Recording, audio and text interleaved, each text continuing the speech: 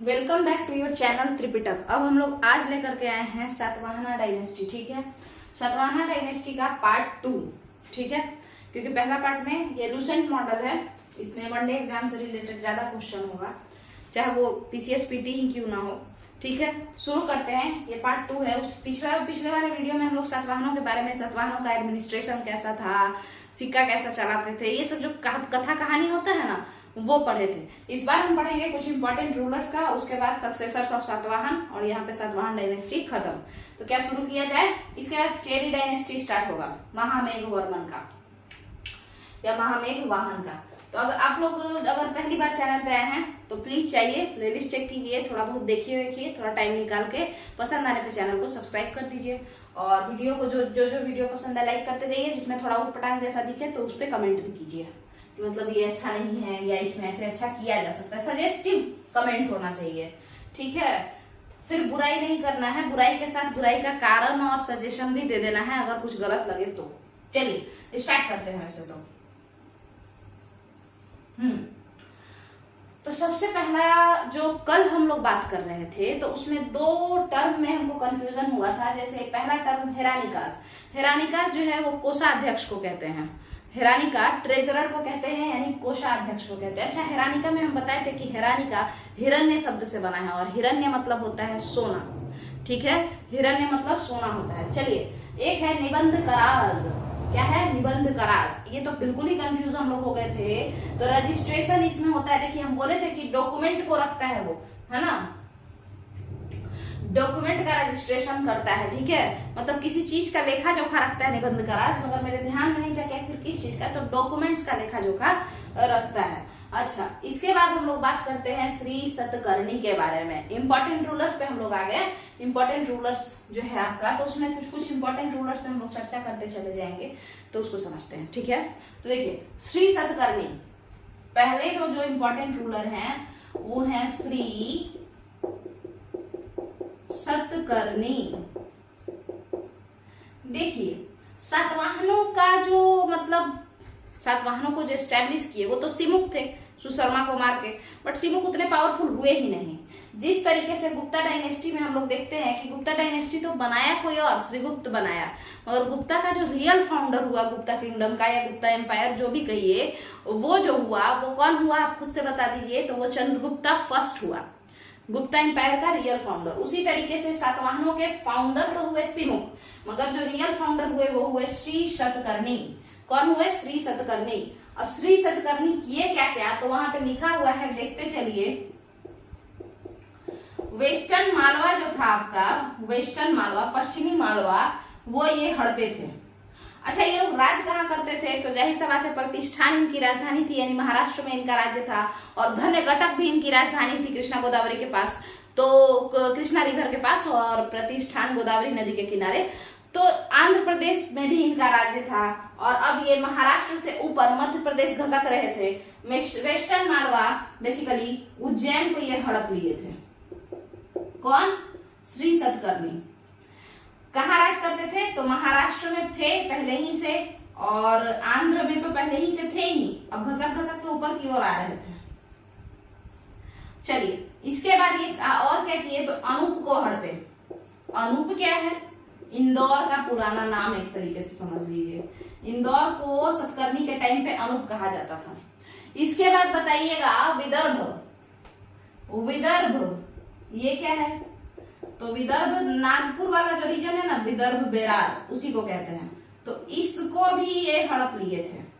ये नीचे वाले इलाका में नहीं थे, ये किधर थे? गोदावरी उधर, माने स्टार्टिंग साइड औरंगाबाद जो है आपका, महाराष्ट्र का औरंगाबाद, तो वहीं पे है आपका ये वाला प्रतिष्ठान। ठीक है, कैपिटल। और नागपुर पूरा इधर आ जाता है, मतलब अगर महाराष्ट्र ये है, देखिए अगर महाराष्ट्र ये है तो नागपुर यहाँ है, तो ये रीजन जो हुआ ये विदर्भ हुआ, और सतकर्णी का जो इलाका है वो इधर हो जाएगा, क्योंकि गोदावरी इधर कहीं, इधर से त्रयंबकेश्वर होते हुए नीचे जाती है। समझ में आ गया होगा? समझ में आ गया होगा मेरे हिसाब से। तो ये काम ये किए, 2-3 तो हड़प लिए, धीरे धीरे खसका रहे हैं अपने आप को आगे। तो श्री सतकर्णी यही सब करते थे भाई, है ना, काबिल राजा तो वो थे ही। बट श्री सतकर्णी के साथ एक प्रॉब्लम था। प्रॉब्लम क्या था कि बहुत अपना मतलब कि देखिए ये लोग महान तो ऐसा कुछ टाइटल लगाते नहीं थे, बता चुके हैं सातवाहन राजा ऐसा नहीं करते थे। तो क्या किए कि कोई बड़ाई कर दिया अगर तो चलो भाई इसको गिफ्ट में दे देते हैं कुछ, ठीक है। और उसी तरीके से क्या किए, कोई पूजा करा दिया तो गिफ्ट में दे देते हैं कुछ। सातवाहनों के पतन का बहुत ही इंपॉर्टेंट कारण बना गिफ्ट देना। बेफिजूल में गिफ्ट देते रहते थे, चलिए आप ये रख लीजिए, चलिए आप वो रख लीजिए। और इस कारण से सातवाहन साम्राज्य पतन की ओर आगे बढ़ा, जिसकी शुरुआत श्री सतकर्णी ने करी। श्री सतकर्णी क्या किए, तो श्री सतकर्णी जी किए कि जब गद्दी पे बैठे तो एक बार राजसूय यज्ञ यानी कोरोनेशन सेरेमनी करवाए, और साम्राज्य को बढ़ाने के लिए 2 बार अश्वमेध यज्ञ करवाए। और एक इंस्क्रिप्शन है नाना घाट इंस्क्रिप्शन, उस नाना घाट इंस्क्रिप्शन, नाना घाट अभिलेख में लिखा है कि जब श्री सतकर्णी एक अश्वमेध यज्ञ करवा रहे थे तो अश्वमेध यज्ञ कराने वाले पंडित को पूरा का पूरा एक गांव दान में दे दिए थे। तो इससे पता चलता है कि पंडित सबका तो चांदी चांदी हो गया था, क्योंकि गांव को दान में दिया जाने लगा था, वो भी मात्र एक अश्वमेध यज्ञ कराने पर। पूरा पूरा गांव दान दे दिया जा रहा था ब्राह्मणों को, सामान तो पीछे छोड़िए, गांव ही दान दे दिया जा रहा था। तो आप खुद सोचिए, ये एक तरीके से अपने पतन या अपने पैर पे कुल्हाड़ी मारने जैसा हिसाब किताब हुआ। तो यहां तक का आपका क्लियर होगा मेरे हिसाब से। अब हम लोग आगे चलेंगे, ठीक है। चलिए देखते हैं अगला हम लोग जो समझते हैं। श्री सतकर्णी के बारे में बताएं, नाना घाट इंस्क्रिप्शन इन्हीं के लिए लिखा गया, जिसमें कहा गया कि एक दिन श्री सतकर्णी पागल हो गए, और पागल इतने बड़े हुए कि सीधे गांव दान में देना शुरू कर दिए।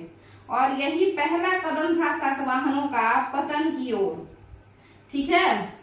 सातवाहन पहले ऐसे राजा हुए जो ब्राह्मणों को भू दान देना शुरू किए और बहुत ज्यादा भूमि दान में दिए।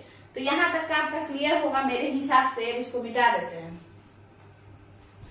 अच्छा, हम थोड़ा सा स्क्रीनशॉट के लिए टाइम देने का सोचते हैं बट भूल जाते हैं, तो आप लोग पीछे जा करके देख लीजिएगा, नहीं तो सुनते रहा कीजिए, वो भी काफी है। तो अब आगे बढ़े, चलते हैं। तो क्या है अब अगला बात, हम लोग उसको समझेंगे। एक तो ये एंशिएंट इंडिया खत्म होने का नाम ही नहीं ले रहा है, सब में एंशिएंट इंडिया ही चल रहा है, बोर हो गया हम। और चलिए, अगर आप लोग को वीडियो पसंद आ रहा है तो चैनल को लाइक वगैरह करते रहिए, ठीक है। तब सब्सक्राइब कर लीजिए चैनल। चलिए अगला है आपके पास। हाँ, एक और बात सुन लीजिए। नाना घाट इंस्क्रिप्शन में कहा गया कि एक बार अश्वमेध यज्ञ श्री सतकर्णी करा रहे थे तो वो दे दिए गिफ्ट में, क्या गिफ्ट में दे दिए एक गांव ब्राह्मण को। तो जब ब्राह्मण को इतना सारा पैसा मिले, इतना गांव मिले, आप ही को कोई बहुत सारा सामान देगा, तो आप नहीं बोलेंगे झूठ झूठ का कि तुम तो बहुत काबिल आदमी हो, आप बहुत अच्छे हैं, आप बहुत स्वीट हैं, ऐसा ऐसा, है ना। तो ब्राह्मण ठगने के वजह से दक्षिणा पथपति कहना शुरू कर दिए उनको। क्या कहने लगे? दक्षिणा पथपति। देखिए दक्षिणा पथ का मतलब क्या होता है, तो अगर हम इसका शाब्दिक अर्थ समझे तो साउथ का रास्ता, दक्षिण के रास्ता का मालिक, ये हुआ शाब्दिक अर्थ। लिटरल मीनिंग अगर हम लोग समझे तो साउथ के रास्ता का मालिक, मगर दक्षिणापथपति ये हुआ। मगर असली में दक्षिणापथ क्या था, तो पूरे साउथ इंडिया को दक्षिणापथ कहा जाता था, और जो पूरे साउथ इंडिया का मालिक है वो कौन हुआ, तो दक्षिणापथ पति हुआ। तो इसी नाना घाट इंस्क्रिप्शन में लिखा गया कि दान में दिए। अब दान में कोई लिया तो चमचई तो करेगा ही, तो लिखा कि भाई दक्षिणापथपति। चलिए याद रखिएगा, चमचई में इनको नाम मिला था दक्षिणापथपति। चलिए आगे समझते हैं। हला फर्स्ट के बारे में हम लोग समझते हैं, ठीक है। हल जिनको आप कहते हैं, हम पढ़े पिछले ही वीडियो में पढ़े कि सातवाहन डायनेस्टी के समय में 2 बड़े साहित्यकार हुए, एक हल और दूसरे गुणाढ्य। गुणाढ्य भी प्राकृत के बहुत बड़े कवि हुए या लेखक कह लीजिए। गुणाढ्य ने बृहत कथा लिखा। हल जो थे या हला फर्स्ट, ये 20 ईस्वी में आए हैं। कितने ईस्वी में? जब ईसा मसीह 20 साल के थे। जब ईसा मसीह 20 साल के थे तब हला फर्स्ट आए हैं, ठीक है। अब यहां समझते हैं 20 ईस्वी में हला फर्स्ट का जो है ये पावर में आए, 24 ईस्वी में हट गए।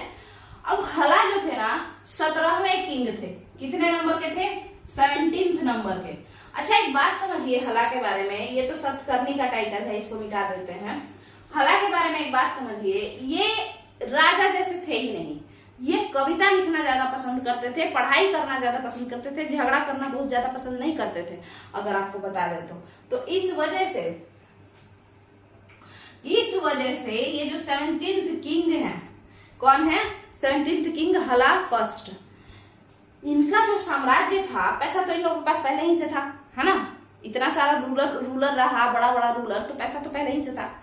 ये झगड़ा वगड़ा पसंद नहीं करते थे, तो बड़ा ही पीसफुल सोसाइटी था इनके जमाने में। वो 5 साल का जो सोसाइटी था, समय था, टाइम था, बड़ा शांति प्रिय था, और साथ के साथ प्रॉस्पेरस, यानी कैसा था, समृद्ध था। ठीक है, झगड़ा नहीं होगा, केवल डेवलपमेंट होगा तो समृद्धि तो आएगी ही ना। तो पीसफुल था, हला फर्स्ट का समाज पीसफुल था, प्रॉस्पेरस मतलब होता है समृद्ध था, शांति प्रिय था। ठीक है, ये हला जो थे 17वें नंबर के राजा हुए, 17वें सातवाहन राजा। पूछ देता है, याद रखिएगा। अगला समझते हैं। अब हम जैसा कि बताएं, हला को बिल्कुल कचपट पसंद नहीं था, झगड़ा नहीं पसंद था। ठीक है, तो वो किताब वगैरह लिखते थे। तो इन लोगों का जो भाषा था, किसका, सातवाहनों का, तो पैसाची प्राकृत कहते हैं या मराठी प्राकृत। ठीक है, प्राकृत भाषा। तो प्राकृत भाषा में ये लिखते हैं, जहां इनकी राजधानी थी वही ना भाषा होगा, तो महाराष्ट्र में ना राजधानी थी। गाथा सप्तशती, जिसको गाथा 87 भी कहते हैं, या 87,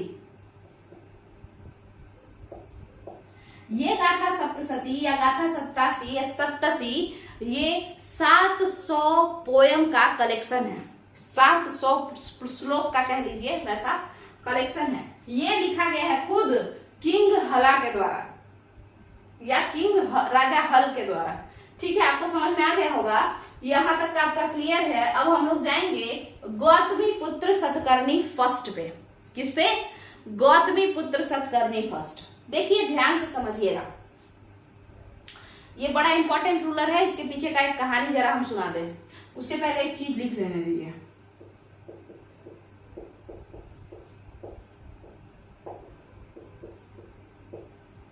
देखिए समझते हैं। देखिए क्या हुआ गौतमीपुत्र सतकर्णी के बारे में। एक महिला थी, नाम उनका था गौतमी बालाश्री या गौतमी बलश्री। एक महिला थी, उनका नाम था गौतमी बालाश्री या गौतमी बलश्री। ठीक है, अब वो सातवाहनों के यहाँ शादी करके आती हैं। ठीक है, सातवाहनों का जो साम्राज्य है वो, उनकी कैपिटल कहाँ है, महाराष्ट्र, नासिक के पास, गोदावरी के पास था ना प्रतिष्ठान पैठान जो है वो, मतलब गोदावरी के ही किनारे है ना उनका कैपिटल। तो वहां पे शक का जो डायनेस्टी था, तो वो लोग अटैक करता है और लोग को खदेड़ के भगा देता है, भागो यहाँ से। ठीक है, क्या करता है, खदेड़ देता है, भागो यहाँ से नहीं तो मार देंगे। तो गौतमी बालाश्री भी भाग जाती हैं, उनका फैमिली मेंबर भी, उनका बच्चा भी, सब लोग अपना डुबड़ी उठा के चला जाता है सब। ठीक है, बट गौतमी बालाश्री को अपना बेइज्जती बिल्कुल पसंद नहीं आता है, किसी को भी नहीं आएगा।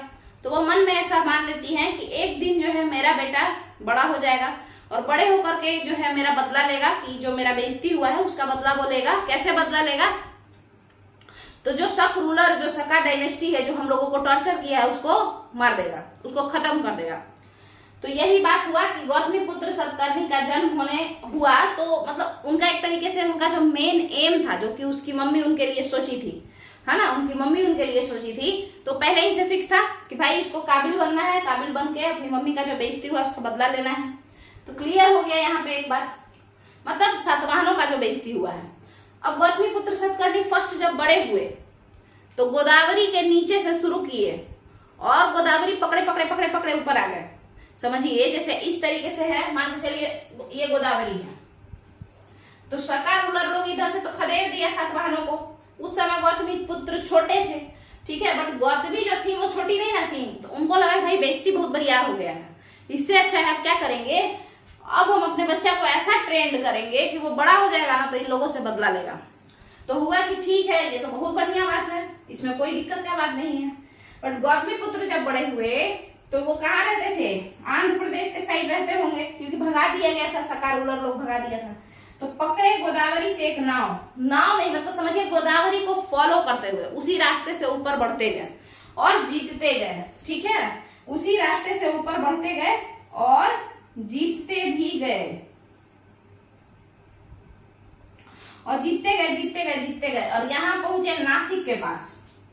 नासिक के पास पहुंचे, गोदावरी का जहाँ पे ये त्र्यंबकेश्वर करके है, जहां से गोदावरी निकलती है, ऑरिजिन ऑफ गोदावरी, तो वहीं पे मतलब जोगलथम्बी पास में ही पड़ेगा। जहां भी, तो जोगलथम्बी नासिक जहां कहीं आसपास कहीं सब जगह हुआ, वहीं पे सका रूलर जो है, नाहपान नाम था उसका, शहरत ऐसे करके जो है एक वंश था, तो उसी में नाहपान नाम था उसका।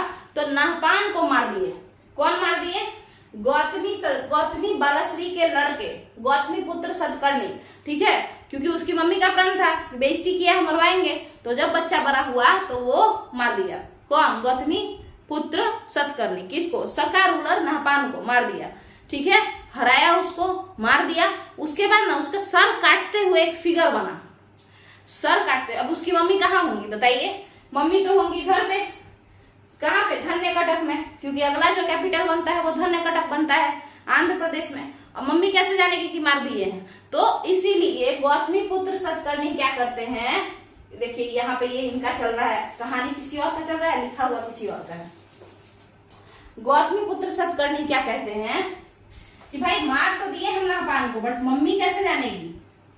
तो जो जिस शेप में मारे थे उसको, कैसे, तो वो नीचे गिरा हुआ है और वो तलवार ऊपर से ऐसे उसके गर्दन पे रख रहे हैं। वो सेम फोटो बनवाए वो, या इंस्क्राइब करवाए एक क्वाइन पे, सिक्का पे, एक सिक्का पे सेम टू सेम खुदवाए कि इसको नीचे गिरा के बनाना ऐसा है फोटो कि ये नीचे गिरा रहे और मेरा फोटो होना चाहिए और हम उसका गर्दन पे तलवार रखे हुए हैं। तो ये हम अपनी मम्मी को जाके गिफ्ट देंगे, ठीक है। यही गिफ्ट जो है जोगलथम्बी इंस्क्रिप्शन के नाम से जाना जाता है।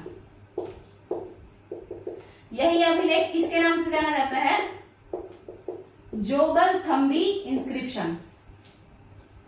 सिक्का लेके गए देने के लिए।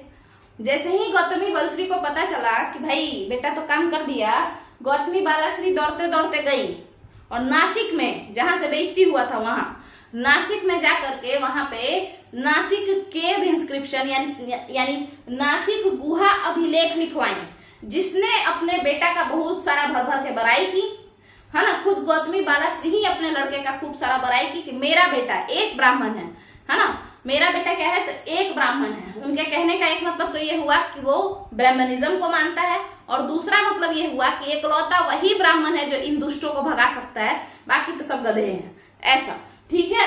समझ में आया? तो अब बताइए कि गौतमी पुत्र सतकर्णी का जो प्रशस्ति है, यानी जो प्रशंसा वाला इंस्क्रिप्शन है, वो लिखवाया कौन? तो खुद गौतमी पुत्र सतकर्णी की माँ गौतमी खुद से लिखवाई उनके लिए, क्योंकि वो जो बोली वो उनका बेटा जब कर दिए तो वो दौड़ते हुए गई और नासिक में जाकर के लिखवा दी।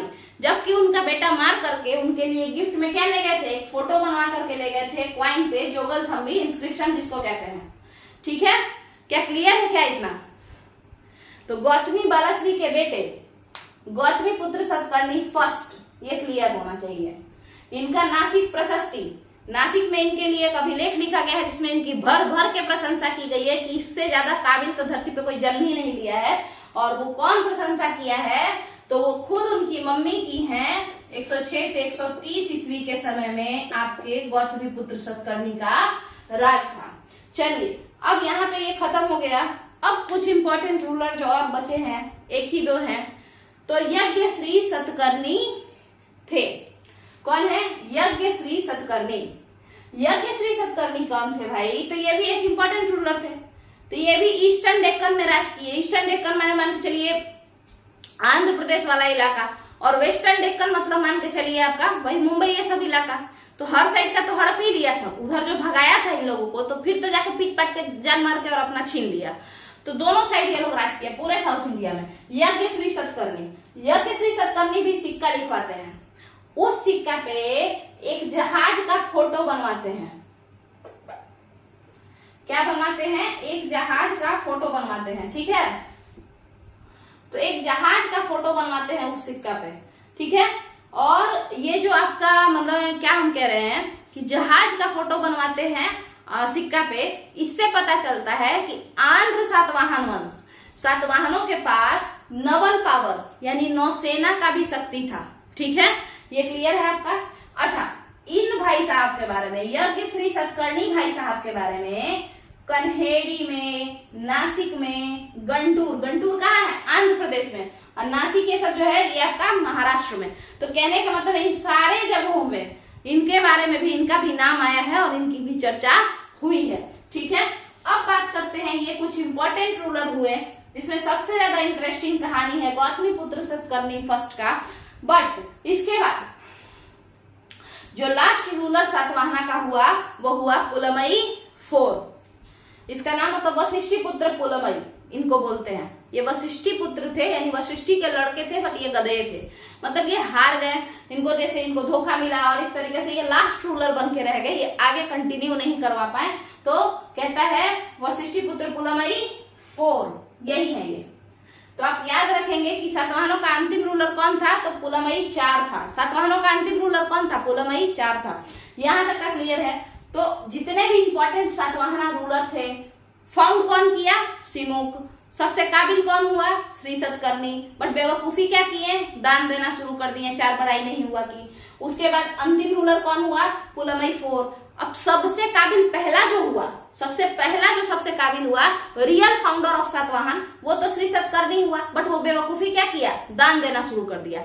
बट रियल में ये सबसे पहला पावरफुल हुआ, सबसे पहला पावरफुल। बट रियल में सबसे काबिल कौन हुआ? तो वो हुआ गौतमी का लड़का, गौतमीपुत्र सतकर्णी फर्स्ट। ठीक है, क्लियर है? तो यहां तक का जब आपका क्लियर है तो अब हम लोग सक्सेसर्स ऑफ सातवाहन के बारे में बात करेंगे। जैसा कि पुलमई 4 के बेवकूफियों के वजह से कहानी खत्म हुआ सातवाहनों का, तो सातवाहनों की कहानी खत्म होने के बाद सातवाहनों के रीजन में कई सारे रूलर्स आए छोटे मोटे, उन्हीं के बारे में हम लोगों को चर्चा करना है। उसको समझ के आपका सातवाहना डायनेस्टी तो ऐसे खत्म हो गया, बट सक्सेसर्स ऑफ सातवाहन आप लोग समझ लीजिए।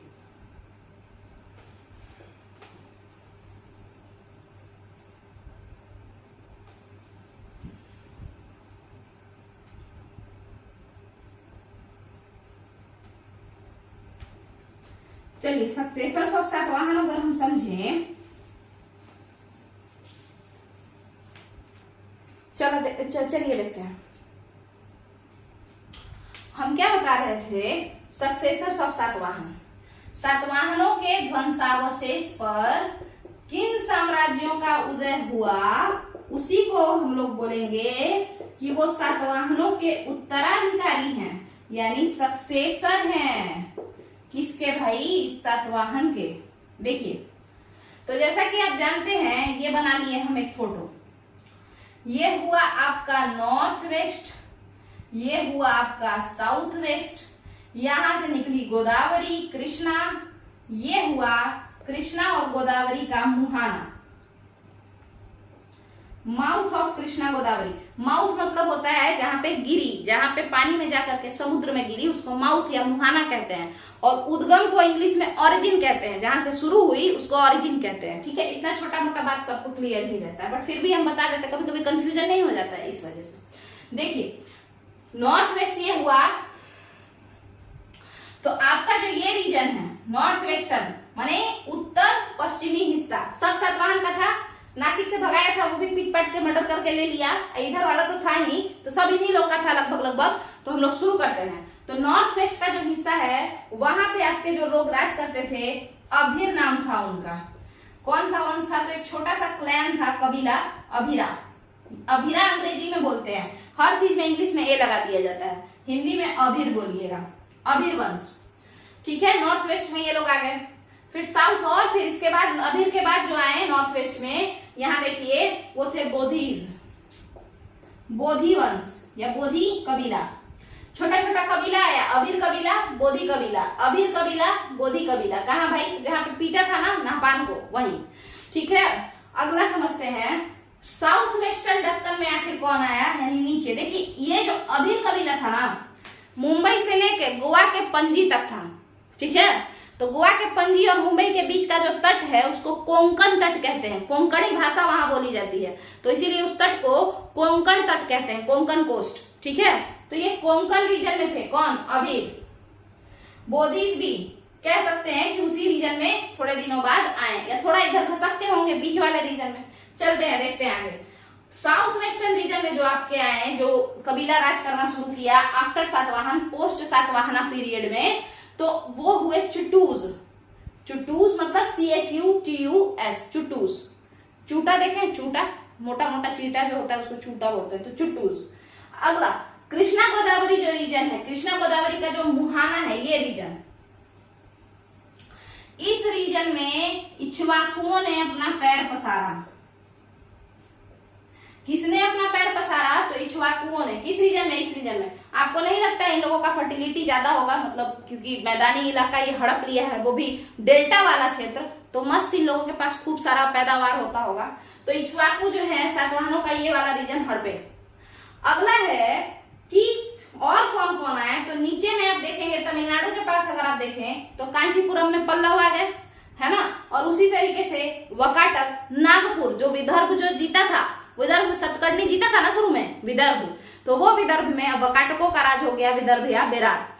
वही वकाटक विंध्यसेन जिसके संस्थापक हैं और जिसका शादी, मतलब विंध्यसेन का शादी नहीं, विंध्यसेन के खानदान में एक लड़का होगा, प्रवर सेन का लड़का रुद्रसेन, उसका शादी होगा प्रभावती गुप्ता से। प्रभावती गुप्ता कौन है? वही चंद्रगुप्त द्वितीय और देवी की लड़की, ठीक है।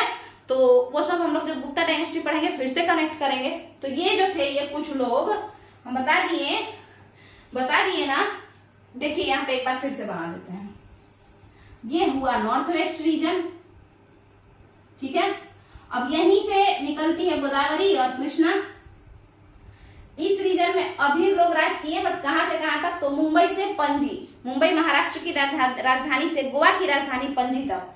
तो उसको हम लोग कोंकण, वहां पे भाषा बोली जाती है कोंकणी, तो इसीलिए उस तट का नाम हम लोग कोंकण तट कहते हैं। तो कोंकण रीजन में जिन लोगों का राज था वो थे अभीर, या नहीं, मतलब ये भी थे, इसके बाद जो थे वो थे बोधी। या मतलब ये नहीं कि या ये नहीं तो ये नहीं, अभीर भी थे, एंड अभीर और बोधी। चलिए साउथ वेस्टर्न रीजन में जिनका राज्य था, माने नॉर्थ ये हो गया तो साउथ नीचे हो गया, ये थे चुट्टू,